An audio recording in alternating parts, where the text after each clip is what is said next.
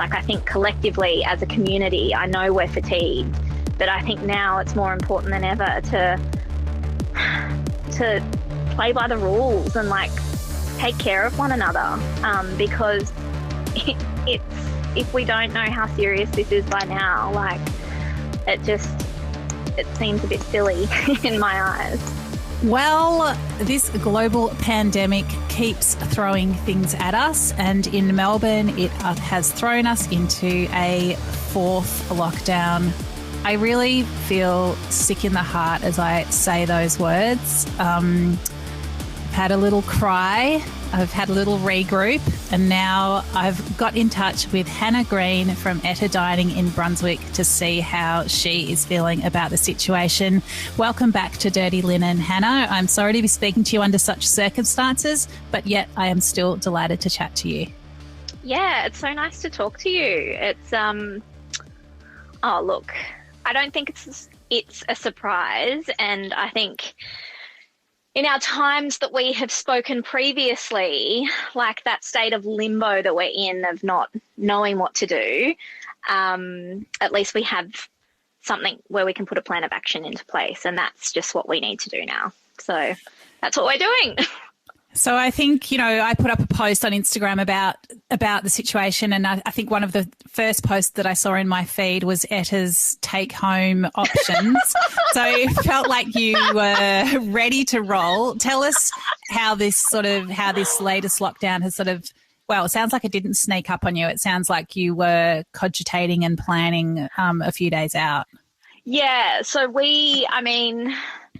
yesterday, was it yesterday? Yeah, yesterday, Rasheen and I sat down and basically put together a menu. We were a little bit more organised than we were for Valentine's Day lockdown because that was just a logistical nightmare. So we put our, back of house ordering through our reservation system. We got that ready to go and all programmed with everything that we were using. And so what we were going to do for the menu for this weekend.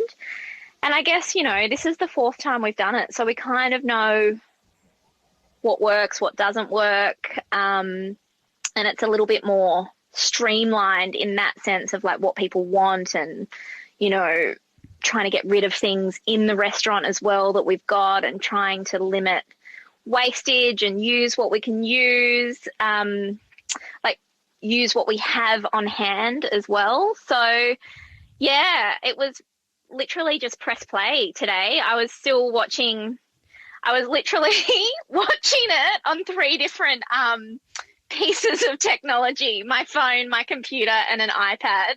And then because I was using all different things to be doing things on the computer, I was posting on my phone, on social media. Yeah, it was pretty funny to be in my house this morning. Oh, goodness me. So what's your headspace like? How are you feeling about everything? Look, I'm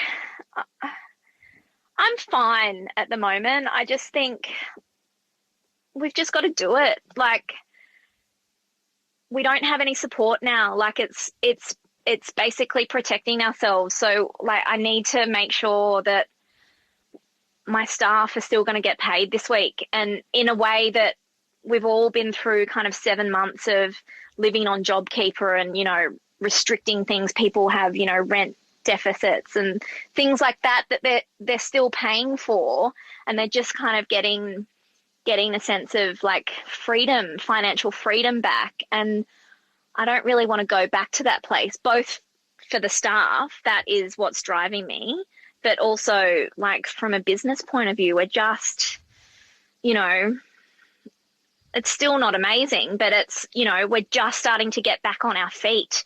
So we don't really have an option. We've just got to keep going. And I think from where I stand with the team, like, fatigue has definitely set in. Like, it's like, oh my God, here we go again. So it's just trying to, for me, be as organised as possible to make their lives as easy as possible to do this again, because it's hard. It's honestly, last Valentine's Day was probably the hardest weekend I've ever worked in my entire life. And I'm not being melodramatic about that. It was honestly the toughest services I've ever done. Not you, even, I don't even know if you call them services, but I just want to make sure that everything I'm doing is trying to make life as easy as possible for these guys, because everybody's feeling things differently. People are feeling anxious about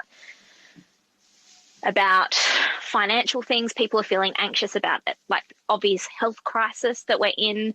They're feeling anxious because everybody around them's feeling anxious. So it's just trying to make sure that we have a safe workplace to be in the first place, and we do everything that we can to make sure that we're safe and make it as easy as possible, because it's tiring. Yeah, it's I think you're so right when you talk about the different things that people are feeling and thinking and worrying about. And I feel like in Melbourne, you know, it's not, yes, it's another lockdown, but it gets layered over all the other lockdowns and all the emotions that you've already experienced and all the sort of personal, financial, emotional resources that you've thrown at getting through the previous ones. And for me, it's this feeling, there's something about being sort of plunged into the past. You know this feeling, you don't like this feeling, you want to shake it off. And yet, you know, if you look ahead of you, it's it's another version of this thing that we've done before. I think, like, I was definitely, like, you know, you said you cried today. I did that yesterday, and I was anxious yesterday. And I, you know, called my dad in New South Wales, and he's like, "Oh, how are you going?" And I'm like, I just hate this feeling, because I know what's coming. And I think for me, the way my brain works is I need to have a plan. I need to put something into place, and then once that is in place, I just get on with it, and then I'm fine. It's getting to that point. Okay, so when do we do this? What are we ordering? What do I tell the kitchen to do? Like, are we going to be open tomorrow night? Do I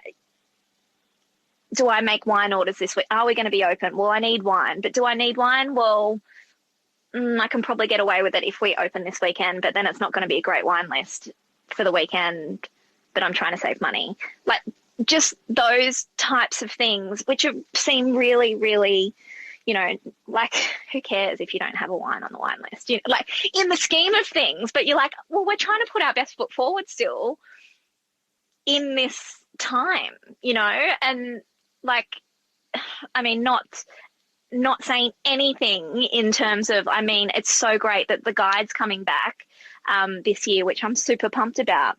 But we're going through a review season. So there's so many, every service we go into, it's like, cool, this is what we're doing. We're putting our best foot forward, not just because it's review season, but particularly here at Etta, Rasheen's a new chef. She's only been here for 6 months. We're kind of going through this big push at the moment. And there's this great momentum behind us, which is phenomenal, and everybody's pushing every day to be better and better and better.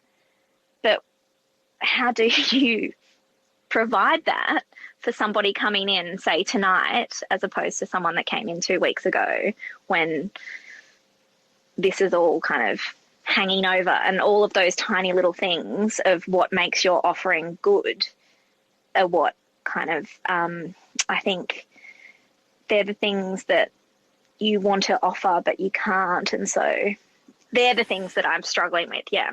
Oh, I really feel for you with all of that. It's just that is so tough.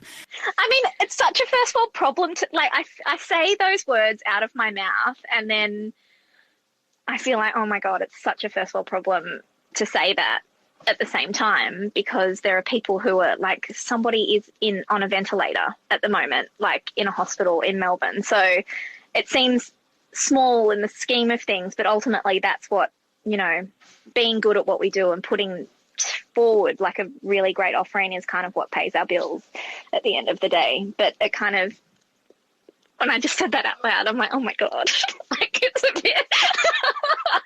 I don't think worrying about your wine list means that you don't care about people who are in hospital, Hannah. I think, you know, all these thoughts, I think that's perhaps one of the defining features of this whole period, is that you can have so many different thoughts and feelings all at once, and some of them do perhaps seem trivial or some seem more worthy than others. But at the same time, I don't know, you can sort of flip it and say, you know, I could not have this conversation with you without making a cup of tea first. I just got to that point and I thought, I really need a cup of tea. And I don't know, like the house could have been on fire and I still would have needed my cup of tea. I don't know. I think it's like you've just got to have the feelings that you're feeling and look after the things that you can look after. And I think, yeah, what you do at Etta is about all those details, and it is about caring about the little things and the big things.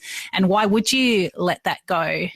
Because you're also able to put it in perspective. Yeah. It's I think definitely the last 12 months have made me a little less, like I'm definitely somebody who wears my heart on my sleeve. I know that, but I've started to care about the smaller things less. And I think that's the only way to kind of to get through these times. Otherwise, you're just going to eat yourself up. Yeah, I think that's true too. And I also feel like as someone who does review for the Good Food Guide and is I feel for them as well. Oh no, don't worry about us. But I just I get it. I get it from your perspective. It's like you want to present a certain thing, but I think, you know, I can really only speak for myself, and this might be speaking out of turn, but we're only doing it because we love restaurants, and everyone's looking to have a good time. And I think that anyone who's writing for the guide now is a real restaurant lover and would certainly appreciate and take into consideration any of those I guess contingencies or circumstances that we know we're all living through. Yeah, totally. No, I get it. It's just, I guess you just want to be able to offer all of the things all of the time. And I think in these times, you can't necessarily do that. And so when somebody comes in, and like I would say, 9.5 times out of 10 people understand that, but there are people who don't as well. So, I mean, and to be honest, probably not the best thing to say, but like I just can't deal with those people anymore, because I probably would say something that I wouldn't want to say, and I send my manager over to deal with them, because my cup is empty. My cup is empty when it comes to patience for a few trivial things that, you know, are kind of out of our hands, really. Yeah, we are all pretty raw and depleted, I reckon. And I think that's what I felt with this one. It's like, oh my God, like I don't know if I can be that person in my household with my family that just tries to buoy everyone and get us all through. And I don't run a business in the way that you do, but I imagine that you've got those pressures of, you know, you're looking after everyone, as you say, looking after the business, somewhere in there, hopefully looking after yourself as well. Look, unfortunately, my partner's father is really unwell in Brisbane, and I have been away, and he I think the thing that really strikes home is he has been on a ventilator he was on a ventilator in Brisbane for 10 days. And he has physically watching someone struggle has really made an impact on me. And it's just kind of hammered home how serious we need to take this. And I mean, we always have taken it seriously, but watching someone struggle like that has been really, like we cannot get back to where we are, and I'm happy to be closing down. We cannot get back to where we were, last year, where, you know, we had 750 cases a day, and it's like just listening to the press conference this morning of, you know, how fast this is evolving. And like, I'm not a scientist. I don't know anything about anything, but the thing I have kind of taken away from the last 12 months is this thing likes to live in the cold, and we're in the cold. We're unvaccinated. Well, we're not a huge amount of us are vaccinated. and we're facing that again. And I don't want me serving some food and wine and trying to stay open to be one of the contributing factors as to people being in that situation. So, like, I think collectively as a community, I know we're fatigued, but I think now it's more important than ever to play by the rules and, like, take care of one another, because it's, if we don't know how serious this is by now, like, it seems a bit silly in my eyes. Yeah.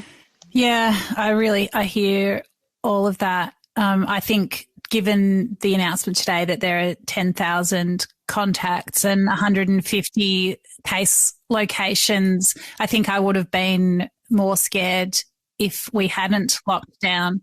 And I think as much as this is just, it's a massive blow for all kinds of businesses, and I feel so much for people doing events. I just, it's so devastating.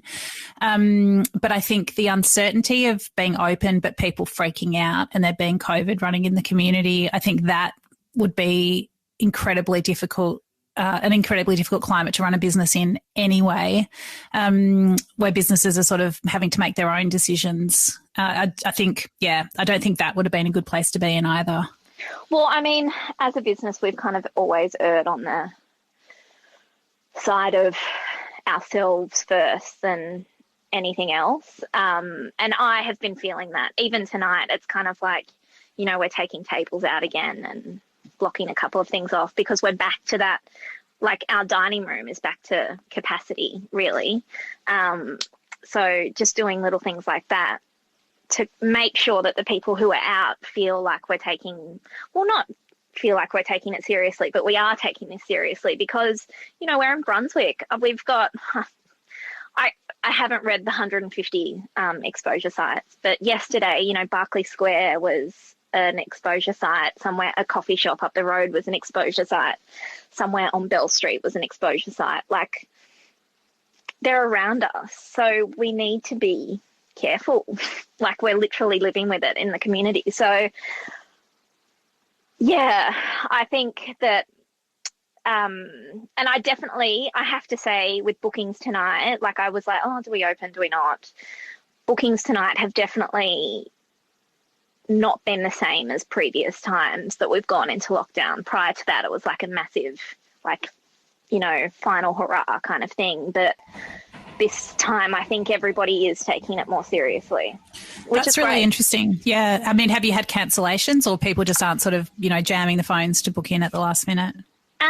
We've had a cancellation and they're like, look, we just don't feel comfortable coming out. Oh, no, we've had 3 cancellations, of people just saying, like, we don't feel comfortable. And I'm totally fine with that. Like, I probably wouldn't be going out anyway. And one of the only reasons I feel comfortable tonight is knowing what we do within the venue to make sure that we're safe. And I mean, we can only do so much. Who knows? But also, we are as fastidious as we possibly can be. So, yeah. And how do you think it'll feel in the restaurant tonight? Weird. It already feels a little bit weird, I have to say. Like, just, you know, taking those tables out and putting a few more, like, you know, it was starting to come alive again. And so taking them out again, it's almost like, oh, yeah, it feels a bit empty. But again, it is what it is. Like, it's hard, and I'm not pretending that I'm just rainbow, sunshine and lollipops. Like, it is hard, but also I think just trying to look on the bright side of it as well, and we'll get through this weekend and then we'll make a plan of what to do next week, and once we have a bit more of an idea of what's going on. You feel depleted. I feel a bit depleted and drained. Do you reckon Melbourne's going to be able to pull together and do this? I should say Victoria. Do you reckon Victoria can pull together and do this? Oh, absolutely. I think we're a very resilient bunch of people. Like, look what we have gone through, last year. I think for me, like, it's just, like, I'm tired, and I know I know what I get like when I'm tired, and I'm probably a little bit more snappy and not as patient. And so imagine a whole state feeling that way. And, you know, you can lash out and blame people and do this and do that. But like, really, I have always kind of been like, well, and it's actually something my dad has always kind of told me is like, someone else always has a worse story than you. And, you know, you need to treat everybody with empathy. And that's the truth. Like, it's hard. It's really hard being a restaurant owner in this time. It's really hard being a business owner in this time. But there are also so many other people who are having a hard time, like homeschooling and trying to stay afloat with having 2 jobs, 2 working parents at home and having kids at home. And I don't have children, so I don't have to do that. But there were so many people who I know struggled with doing that. And I can imagine the thought of going back into that again would be really hard. So yeah, like everybody has bad things happening. And I think we just need to be kind and patient with one another. And some people may say something that you don't like to hear. And I just kind of, you know, I don't engage. It's a very political time. There's a lot of stuff that people say that I don't agree with. And I'm like, are you okay? Because really, are you okay? Because essentially people are just projecting things, aren't they? Yeah, I guess projecting anxiety and, everyone's carrying their own burdens. So I definitely think this is, now more than ever, it's a time for kindness first. And, no one needs to win every argument. We just need to beat this cluster. I know. And like, look, if it's 7 days, like it's 7 days, we don't want it to be 7 months. That's the thing. And I mean, there is going to be huge fallout from this, and in financial sense, mental health sense and actual health sense. Obviously, that's why we're in this situation. But I don't know. Maybe it's just me, but I just am like, well, let's just get on with it and do it to the best of our ability at the moment, and then we'll deal with what happens tomorrow. Yeah, I reckon that's really wise. So, Hannah, I'm not on your side of town, but if I was, what would I order and get from Etta for my dinner? We're doing a little set menu, and then you can do a few extra dishes if you are feeling like being a little bit more lush at home, or you just want to kind of fill the pantry. But actually nothing I think you have had on here either, Dani. Our sourdough, because you can't come here and not have our sourdough. That's probably the only thing. I'm reading off the sheet now because I'm like, oh my God, my brain is not actually retaining enough information at the moment to tell you what's on the menu. But a little mushroom skewer that you can put on the fire with seasoned soy and campot, some lamb ribs, pickled chili and kaffir lime, a smoked fish and tarragon pie, braised white beans, saffron grilled leek, and a blood plum and frangipane tart. That sounds so delicious. Wow, lucky Brunswickians. Leaning into the winter months, I think. Yeah, I reckon that'll get Brunswick through, Hannah. Wish you and your staff all the best for the next week. Thank you so much for sharing your thoughts with us today. Really appreciate it. And we'll hang in there. Thank you. Yeah, look after yourself as well. Yep, I will. I'm going to go big on carbs and maybe gin. Do you know what? I have found, like, laying off the booze is probably helpful in these times. Well, yeah, maybe I will sometimes.